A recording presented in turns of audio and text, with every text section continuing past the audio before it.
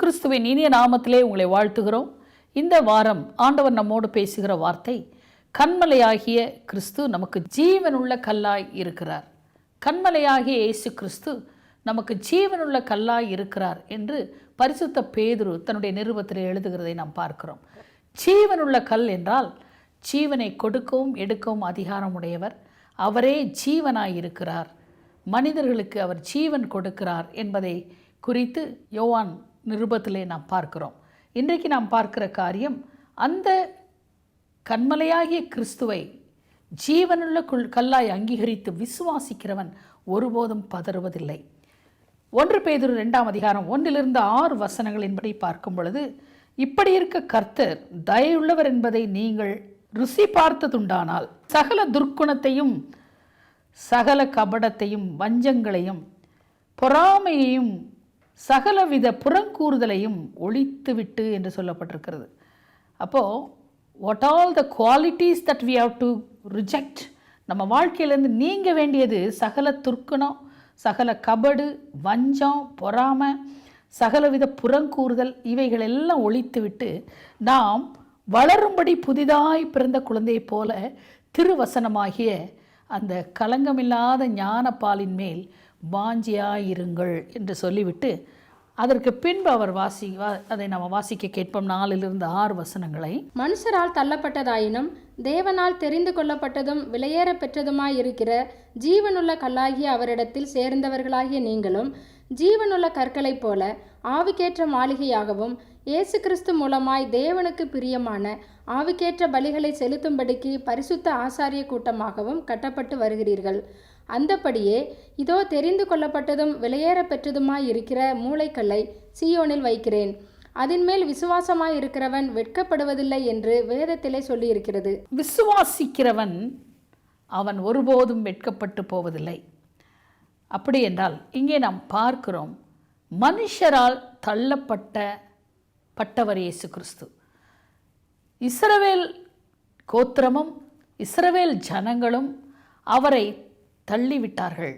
மேசியா வருவார் என்று எத்தனையோ ஆண்டுகளுக்கு முன்பு தீர்க்கதரிசிகள் தீர்க்க தரிசனம் உரைத்தும், இயேசு கிறிஸ்து வந்த முதலாம் வருகையை அவர்கள் மேசியாவின் வருகை என்று அங்கீகரிக்கவில்லை. ஆகவேதான் அவரை தள்ளப்பட்ட, தேவனால் தெரிந்து கொள்ளப்பட்ட ஒரு ஜீவனுள்ள கல் என்று சொல்லுகிறோம். அந்த ஜீவனுள்ள கல்லை நாம் கற்களின் மேல் ஆவிக்குரிய மாளிகையாய் நம்முடைய ஆவிக்குரிய வாழ்வு கட்டப்படுகிறது. அப்படி என்றால் இயேசு கிறிஸ்துவின் மூலமாய் நாம் தேவனுக்கு ஆவிக்குரிய பலிகளை செலுத்த வேண்டுமாம். ஆவிக்குரிய பலிகள் என்றால் என்ன என்றால், ஸ்துதிக்கிறது, ஸ்தோத்திரம் பண்ணுறது, உதட்டின் கனியாகிய ஸ்தோத்திர பலி என்று வேதம் சொல்லுகிறது. கீழ்ப்படிதல், ஆண்டவருடைய சத்தத்துக்கு கீழ்ப்படிந்து நாம் கிரியை செய்யும் பொழுது அது ஆவிக்குரிய பலியாக ஆண்டவர் அங்கீகரிக்கிறார். தகன பலிகளை அல்ல, காணிக்கைகளை அல்ல, செவிகொடுத்தலும் கீழ்ப்படிதலுமே உகந்த பலி என்று கர்த்தர் சொல்லுகிறார். உங்ககிட்ட நான் காணிக்கை கேட்கலப்பா, உனக்கிட்ட நான் கேட்குறதெல்லாம் என் சத்தத்துக்கு நீ கீழ்ப்படிந்து கேட்டு, என் சத்தத்தை கேட்டு நீ ஒபே பண்ணு அப்படின்னு ஆண்டவர் சொல்கிறார். சும்மா காணிக்கை போடுறது முக்கியம் இல்லை, என் சத்தத்துக்கு நீ கீழ்ப்படிந்து என் சத்தத்தை கேட்டு நீ கீழ்ப்படின்னு சொல்கிறார். அது ஒரு பலி. நறுங்குண்ட இருதயம் ஒரு பலி. நற்கிரியைகள் செய்வது ஒரு ஆவிக்குரிய பலி. நம்மை ஆண்டவருடைய பலிபீடத்திலே ரோமர் 1:2 படி உன் ஆவி ஆத்ம சரீரத்தை கர்த்தர்கிட்ட ஒப்பு கொடுத்து ஒரு உகந்த பலியாக காணிக்கையாக ஒப்பு கொடுக்குறியா, அது ஒரு ஆவிக்குரிய பலி.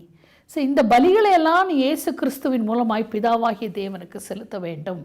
பின்பு நாம் அந்த சரியான ஃபவுண்டேஷனில் கட்டப்படணும். அதுவும் சாதாரண கூடாரம் அல்ல, ஒரு ஆவிக்குரிய மாளிகையாக கட்டப்பட வேண்டும் என்று இங்கே நம்ம பார்க்குறோம். அதனால் இந்த ஆவிக்குரிய மாளிகையாக நம்ம கட்டப்பட்டு பரிசுத்த ஆசாரிய கூட்டமாக கட்டப்பட்டு வருகிறோம் என்று சொல்லப்பட்டிருக்கு. அந்த சியோனிலே வைக்கப்பட்ட அந்த கல்லை விசுவாசிக்கிறவன் வெட்கப்படுவதில்லை. அப்படின்னா இயேசு கிறிஸ்துவின் நாமத்தை விசுவாசிக்கிற ஒருவனோ கடைசி நாட்களில் வெட்கப்பட்டு போவது இல்லை. இந்த தேவன் யார்? இவர் அடிக்கப்பட்ட கல். 1 கொரிந்தியர் 10:4 நாம் வாசிப்போம். எல்லாரும் ஒரே ஞானபானத்தை குடித்தார்கள், எப்படியெனில் அவர்களோட கூட சென்ற ஞான கண்மலையின் தண்ணீரை குடித்தார்கள். அந்த கண்மலை கிறிஸ்துவே. இங்கே பவுலடியாருக்கு ஒரு வெளிப்பாடு கிடைக்குது. ஏனென்றால் அந்த பாலைவனத்தில் ஒரு கண்மலை அவரோடையே அவங்க கூட போகிறார். அவங்களுக்கு தாகம் தீர்க்கும்படி அந்த கண்மலையை பார்த்து அடித்த பொழுது, முதலாவது மோசையை அடித்த பொழுது அங்கே தண்ணீர் வந்தது.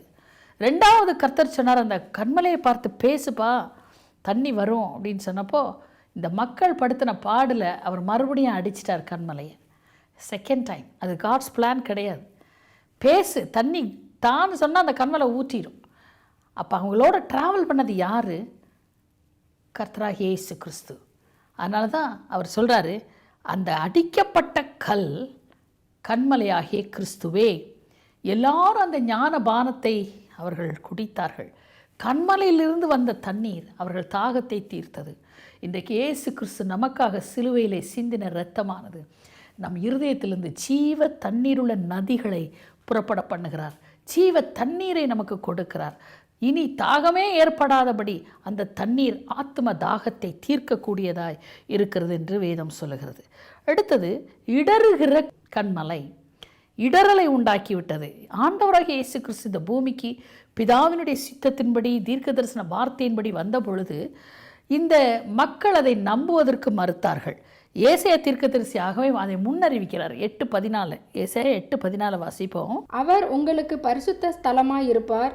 ஆகிலும் இஸ்ரவேலின் 2 கோத்திரத்துக்கும் தடுக்கலின் கல்லும் இடறுதலின் கண்மலையும் எருசலேமின் குடிகளுக்கு சுருக்கும் கண்ணியுமாயிருப்பார். இன்றைக்கு வர இஸ்ரவேலருக்கு ரட்சிப்பு இல்லைன்னா, இஸ்ரவேல் ஜனங்கள் இன்னும் ரட்சிக்கப்படலை, அவங்க அந்த மதிலில் போய் முட்டி முட்டி இன்றைக்கி வெஸ்டர்ன் வாலில் முட்டி அழுறாங்க. எதுக்கு அழுறாங்க தெரியுமா? மேசியாவே நீர் வாரோம், மாறனாதா என்று அவங்க கூப்பிட்டுருக்காங்க. ஆனால் இயேசு கிறிஸ்து வந்தாகிவிட்டது, தன் ஜீவனை கொடுத்தாகிவிட்டது, அவர் இரத்தத்தினாலே நமக்கு ரட்சிப்பை சம்பாதித்தாகிவிட்டது, பாவ மன்னிப்பை நிச்சயத்தை நமக்கு கொடுத்தாகிவிட்டது. இந்த நம்பிக்கையை அவங்க ஏற்றுக்கொள்ளறதுனால அந்த எல்லா நன்மைகளும் புறஜாதிகளுக்கு வந்துச்சு. இன்றைக்கி நாம தான் ஆவிக்குரிய இஸ்ரவேலராக இருக்கிறோம்.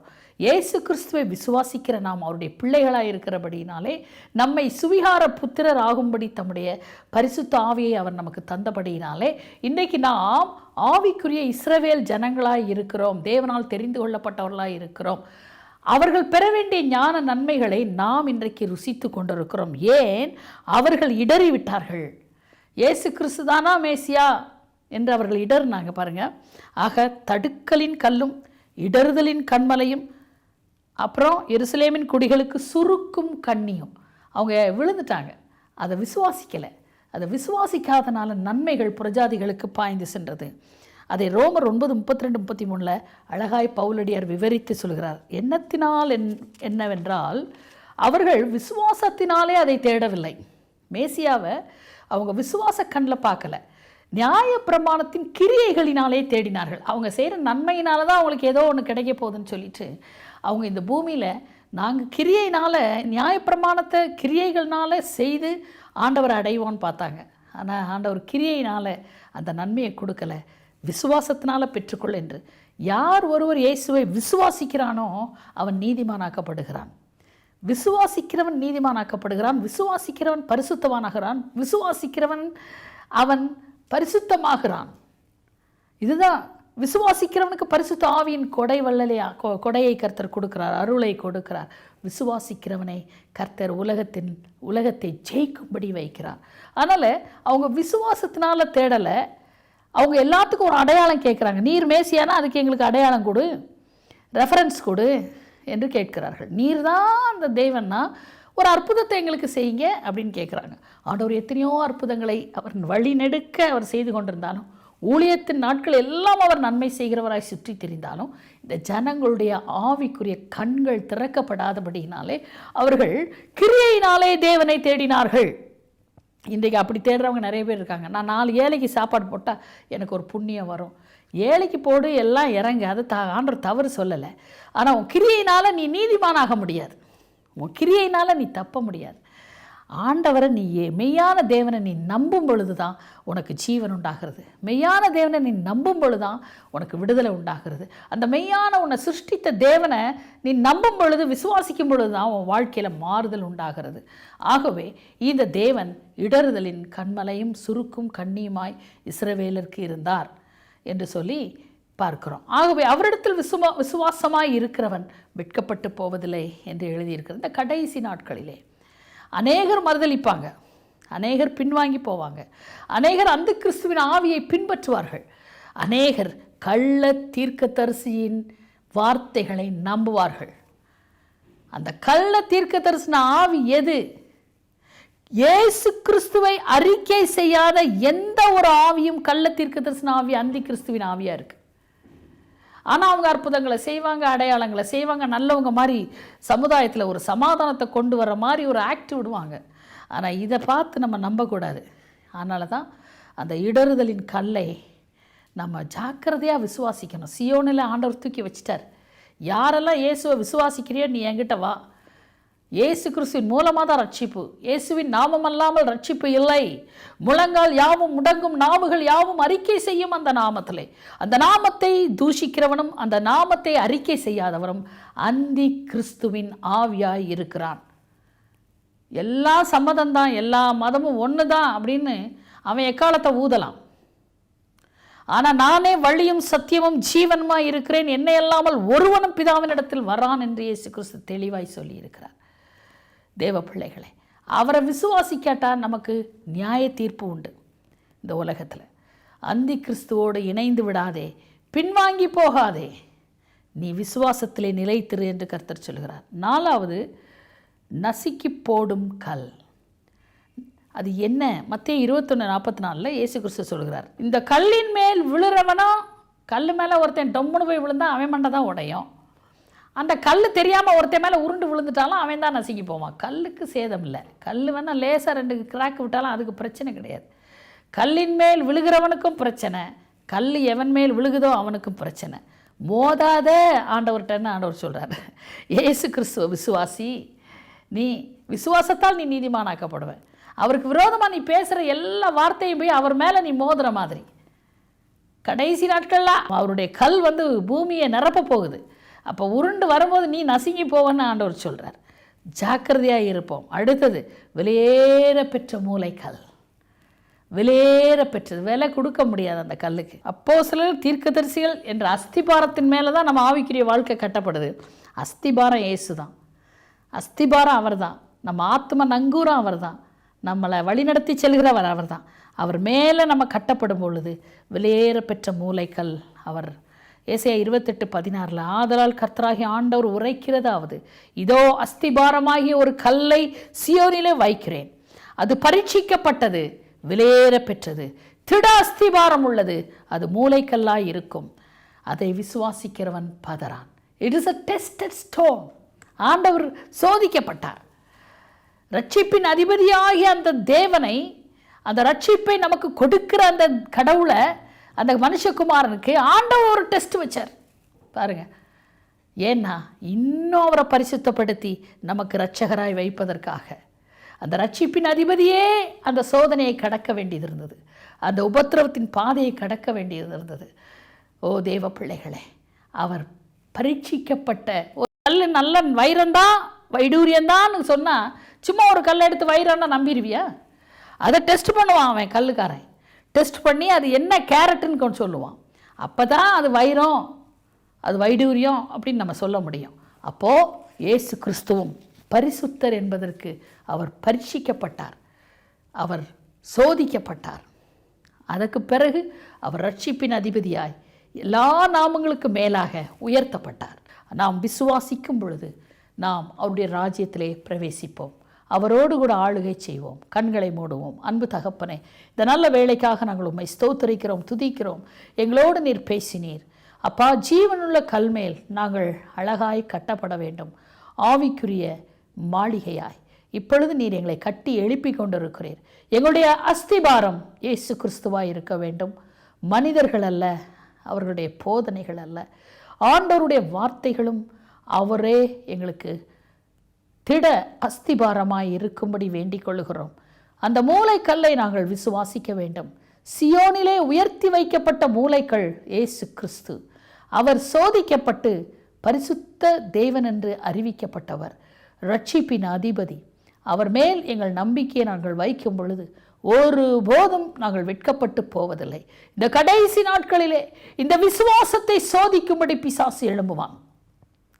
அந்த அஸ்திபாரமாகிய மூலைக்கல்லுக்கு பதிலாக அவன் வேறொரு சப்ஸ்டிடியூட்டை கொண்டு வருவான். அவன்தான் அந்த அந்தை கிறிஸ்து. அந்த அந்தை கிறிஸ்துவின் ஆவியை நீ இனம் கொள்ள வேண்டும். இயேசு கிறிஸ்துவை அறிக்கை செய்யாத எந்த ஒரு ஆவியும் அந்தை கிறிஸ்துவின் ஆவியாய் இருக்கிறபடியினாலே, தேவ ஜனமே, நீ எழுந்திரு, நீ விழித்திரு, நீ ஆயத்தமாகு, நீ ஆண்டவருடைய சத்தத்துக்கு செவிகொடு, கர்த்தருடைய வார்த்தையை வாசித்து தியானி, அந்த வார்த்தையிலே நீ பிடித்துக்கொள். அந்த வார்த்தை உனக்கு அஸ்திபாரமாய் இருக்கட்டும். அந்த வார்த்தையான தேவன் உனக்கு அஸ்திபாரமாய் இருக்கட்டும். அவர் மேல் விசுவாசமாய் இருக்கிற நீ பதறுவதில்லை, உன் கால்கள் தள்ளாடுவதில்லை, நீ இடறுவதில்லை. ஹல்லேலூயா. அந்த விசுவாசத்தை எங்கள் மத்தியிலே நீர் வர்த்திக்கப்படும் இந்த கடைசி நாட்களிலே அப்பா, உம்முடைய சமூகத்திலே நாங்கள் நிற்கிறோம். நாங்கள் பேதைகள் திசைகட்டு போகாதபடி உம்முடைய அனுகிரகம் எங்களுக்கு கிடைக்கட்டும். உம்முடைய ஆசீர்வாதம் எங்களுக்கு கிடைக்கட்டும். உம்முடைய வழி நடத்துதல் எங்களுக்கு கிடைக்கட்டும். உம்முடைய ஆலோசனைகள் எங்களுக்கு கிடைக்கட்டும் என்று நசரேயனாகிய இயேசு கிறிஸ்துவின் நாமத்தில் வேண்டிக் கொள்ளுகிறோம். உம்முடைய ராஜ்யத்தின் பிள்ளைகளாய் மாறுவார்களாக, அந்த ஒளியின் ராஜ்யத்துக்கு தங்களை ஆயத்தப்படுத்துவார்கள் என்று வேண்டிக் கொள்ளுகிறோம். இயேசு கிறிஸ்துவின் நாமத்தில் பிதாவே, ஆமேன், ஆமேன். ஜெப உதவிக்கு நீங்கள் அணுக வேண்டிய முகவரி: சகோதரி டாக்டர் ஜே. நளினி செல்வராஜ், கடைசி கால எழுப்புதல் ஊழியங்கள், எண் 107, ரங்கநாதன் தெரு, அண்ணா சாலை, கிண்டி ரயில் நிலையம் அருகில், கிண்டி, சென்னை 32. உங்கள் ஜெப தொடர்புக்கு 0444341427 மற்றும் 0465175556. அலைபேசி 9381015583 938007146228 மற்றும் 9444249063.